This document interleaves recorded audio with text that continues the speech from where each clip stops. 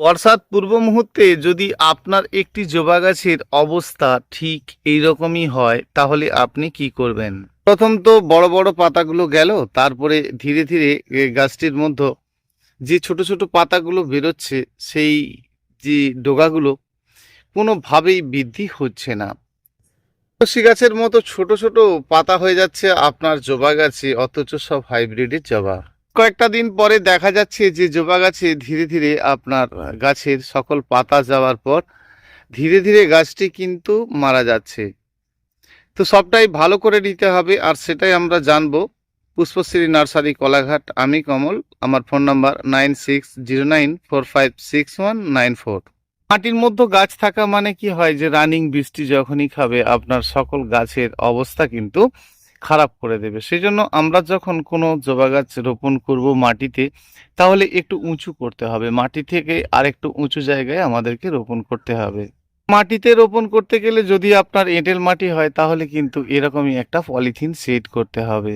যদি আপনি polythene set না করতে চান তাহলে এখানে যে এই চওড়া পেটাটা রয়েছে দেখুন, এখানে ছাওয়াযুক্ত অর্থাৎ শেডের ভেতর, তারপরেও আমি বলছি আপনাকে যে একটি গাছের যে এই যে উঁচু ভাটি ধরে দেওয়া হয়েছে সেটা 2 হাত চওড়া রয়েছে। ওখানে আপনার সমতল ভূমিতে এই জবা গাছটি থাকবে। হঠাৎ বৃষ্টিতে আপনার জবা গাছের জল কখনোই শুকনো হবে না, এবং বড় টবে জবা গাছ থাকলে ঠিক একই জিনিস হয়।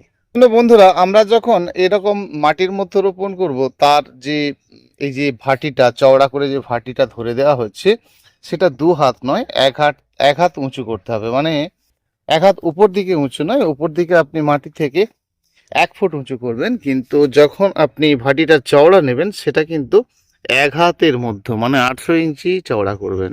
উচ্চতায় আপনি প্রায় 1 হাতের কাছে করতে পারেন। 1 ফুট 1 হাত করে দেওয়া মানে 18 ইঞ্চি করে দেওয়া মানে সেটা কিন্তু বৃষ্টির জল খেতে খেতে আপনার ঠিক 1 ফুট জায়গায় এসে পৌঁছে যাবে। জবা গাছের যখন পাতা বেঁকে যায় আর সকল পাতা যে এই যে পাতাগুলো একেবারে শুষ্ক শুষ্ক হয়ে যায়, শুকনো শুকনো মতো হয়ে যায়, এবং পাতাগুলো খুব শক্ত হয়ে যায়, একেবারে মচমচে টাইপের হয়ে যায়। গাছের পাতাটা এইভাবে ধরলেই ভেঙে ভেঙে যাচ্ছে, আর সেই কাণ্ডটাও যদি আমরা দেখি একেবারে স্যাঁতসেঁতে হয়ে রয়েছে, কাণ্ডের মধ্যে কোনো রকম কিন্তু রসকস কিচ্ছু নেই।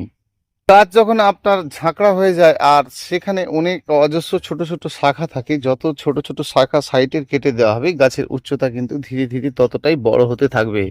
কোনো কোনো গাছ দেখা যায় একটি গাছে প্রচুর অসংখ্য ডাল শাখা রয়েছে, কোনো গাছ দেখছেন এক পায়া হয়ে দাঁড়িয়ে রয়েছে, উপর দিকে 3-4টি ডাল। আর সেজন্য আমাদের এর যে গাছের কাণ্ডের গ্রোথের জন্য আমাদেরকে এই কাজটাই করতে হবে যে প্রথম একটি জবা গাছ রোপণ করে প্রথম থেকেই তাকে ঝাঁকড়া করা নয়, একটু উচ্চতায় নিয়ে যেতে হবে। নিয়ে যাওয়ার পর সেই জবা গাছের যখন আমরা কিছুটা করে অংশ কেটে ফেলে দেবো, তখনই কিন্তু টোটাল অংশের মধ্য দিয়ে ছোট ছোট ডাল বেরোতে থাকবে। সবসময় আমাদেরকে খেয়াল করে রাখতে হবে যে যখনই কোনো জবা গাছের আমরা দেখব যে কলম, এই যে কলমটা বাঁধা রয়েছে এটা আপনার চোখ বাট বা ভি বাট বা আই বাট, আই বাটটাকে আমরা চোখ বাট বলছি, যে ছোট্ট একটি চোখকে কাটিং করে যখন একটি দেশীয় জবার সঙ্গে কলম করে দেওয়া হচ্ছে, কলমটা সব সময় মনে রাখতে হবে যে নিচের যে কাণ্ড সেই কাণ্ডটি মোটা করতে হবে, অর্থাৎ উপরের কাণ্ডর সঙ্গে নিচের কাণ্ডের মিল থাকতে হবে। আমাদের যদি প্রথম থেকে মাথার ডগা কাটিং করতে থাকি তাহলে কিন্তু গাছের উপরটা ঝাঁকড়া হবে, এই কাণ্ডটা কিন্তু মোটা হবে না, আর তখনই কিন্তু এই সকল সমস্যাগুলো দেখা যায়।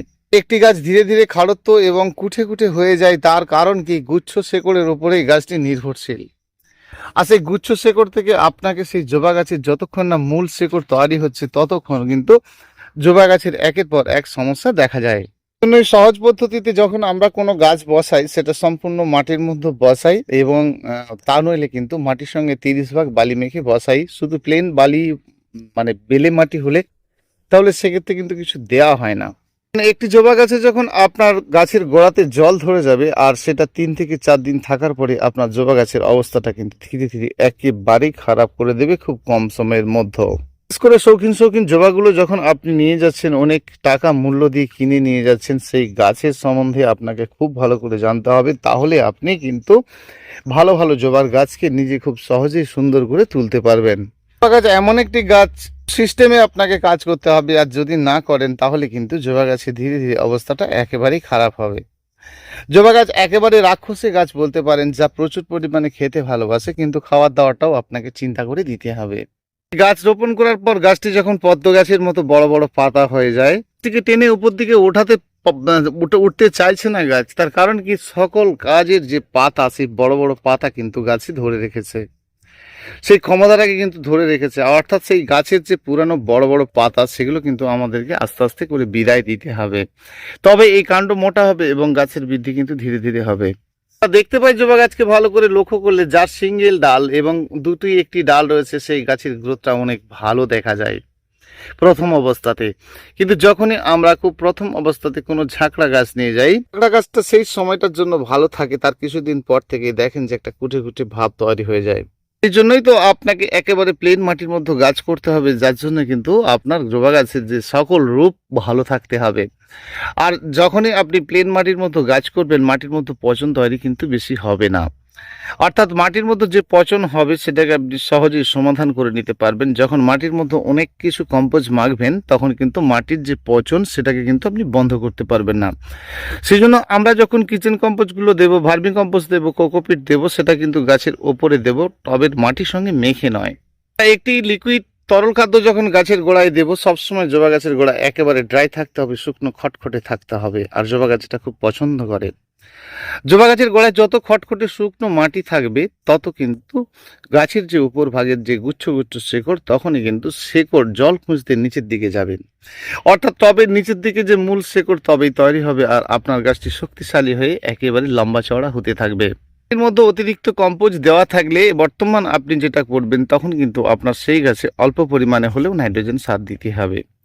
অর্থাৎ পাতার মধ্যেও আপনাদেরকে নাইট্রোজেন স্প্রে করতে হবে গাছটিকে ভালো করার জন্য কিছু সময়ের জন্য।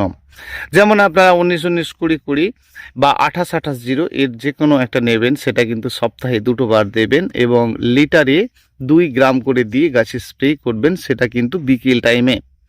একেবারে রৌদ্রের সময় এই খাদ্য জিনিসগুলোকে, আপনার স্প্রে খাদ্যটাকে বিকেল টাইমে দিলে ভালো। তার মানে এই নয় যে খাদ্য দেবেন মানে আপনি বিকেলে দেবেন। যে কোনো লিকুইড তরল খাদ্য দিতে গেলে সেটা সকালে খুব খুব ভালো রৌদ্র বেরোবে এমন ওয়েদার দেখে দেওয়া ভালো।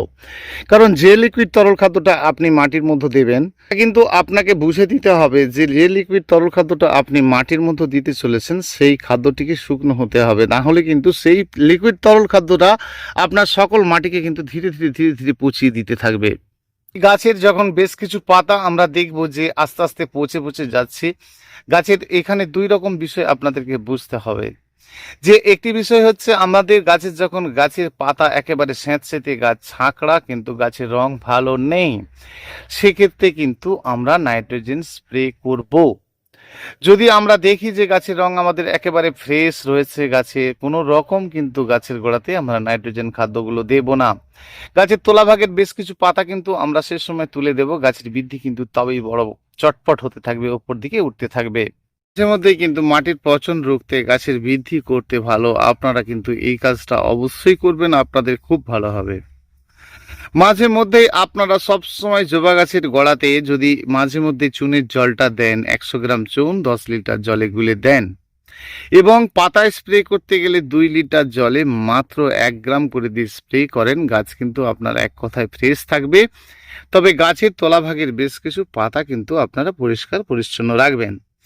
মাইট পোকার জন্য মাঝে মধ্যেই আপনারা কাকা, সোনাটা ইত্যাদি ওষুধ দিয়ে থাকেন বা দেন, এবং মাঝে মধ্যে কিন্তু আপনারা এই মিলিবাগের জন্য একটা ওষুধ দিয়ে রাখবেন। যে মিলিবাগের জন্য ওষুধটা কিন্তু আপনারা দেবেন, যেমন একতারা, সিতারা, অ্যাডমায়ার বা ফেন্ডাল। যদি বড় পোকার জন্য হয়ে থাকে, যে কোনো একটা কীটনাশক ওষুধ আপনাকে মাঝে মধ্যে দিতে হয়, যেমন আপনাদের প্রোফেক্স সুপার, হামলা ইত্যাদি।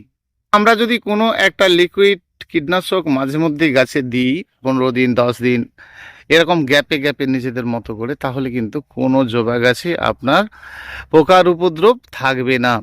সবসময় মনে রাখবেন, এই জবা গাছকে যখন আপনারা করবেন, সবসময় ছোট্ট টবে, এই বর্ষাকালে, এবং ছোট টবে থাকলে আপনার কোনো রকম বৃষ্টিতে সমস্যা হবে না। বড় টবে যদি থাকে, বারে বারে কিন্তু মাটি এলোমেলো করবেন না। পারলে টবের মধ্যে এক্সট্রা করে মাটি ভরে দেবেন, যাতে টবের মধ্যে জল না দাঁড়িয়ে থাকে।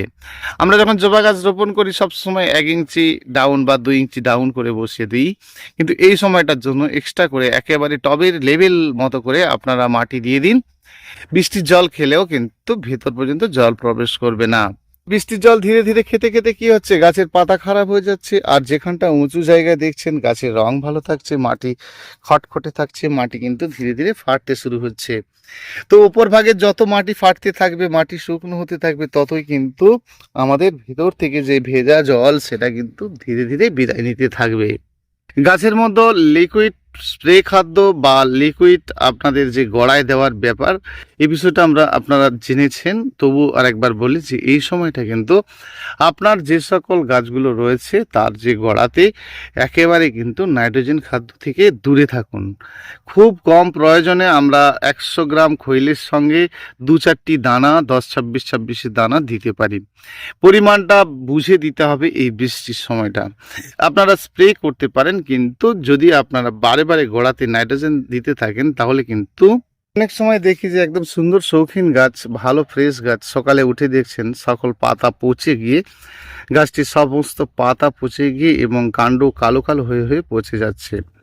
তো এরকম সমস্যা হবে না যদি আপনি নাইট্রোজেন খাদ্য বেশি গোড়াতে না দেন।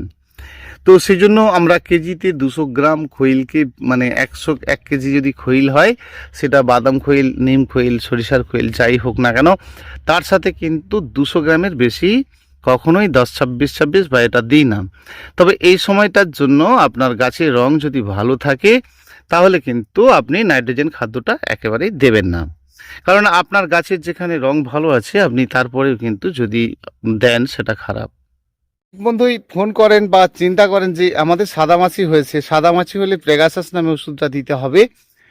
একটি গাছে যখন সাদামাছি লাগবে, সর্বপ্রথম আপনার কাজ হবে, পাতার মধ্যে হাত দিচ্ছেন, বনবন করে সাদা সাদা পোকা উঠছে, সর্বপ্রথম কাজ হবে গোড়াটিকে একেবারে জল কম দেওয়া।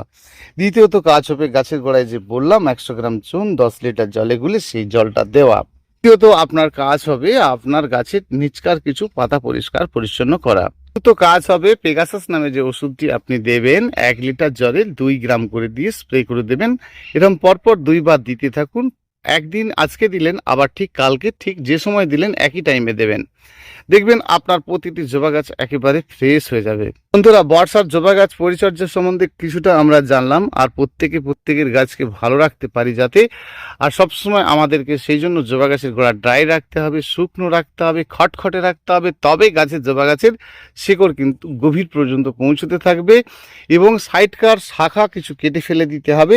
যখন আপনি সাইডকার শাখা কাটিং করে দিয়ে গাছের যে এই যে জবা গাছ, তার যে যখন আপনি সাইডকার শাখা পরিষ্কার রাখছেন, গাছটা উপর দিকে উঠছে, যখন ওপরটা আবার কাটিং করবেন তখনই দেখবেন যে এই যে কলম রয়েছে, কলমের এরকম জায়গা থেকে দেখবেন একটা সরল সরল বেশ সুন্দর সুন্দর ডাল বেরোচ্ছে। আর সেটাই কিন্তু গাছের জীবন বলতে পারেন, কারণ সেটা স্টিক ডাল বলা হয়। তো আমরা এইরকমভাবে কিন্তু জবা গাছের গ্রোথ বাড়িয়ে তুলতে পারি, গাছকে সবসময় ভালো রাখতে পারি। করছি আপনাদের অনেকটাই কাজে আসবে। আর নতুন বন্ধু হয়ে থাকলে সাবস্ক্রাইব করে রাখবেন, লাইক কমেন্ট শেয়ার করতে ভুলবেন না।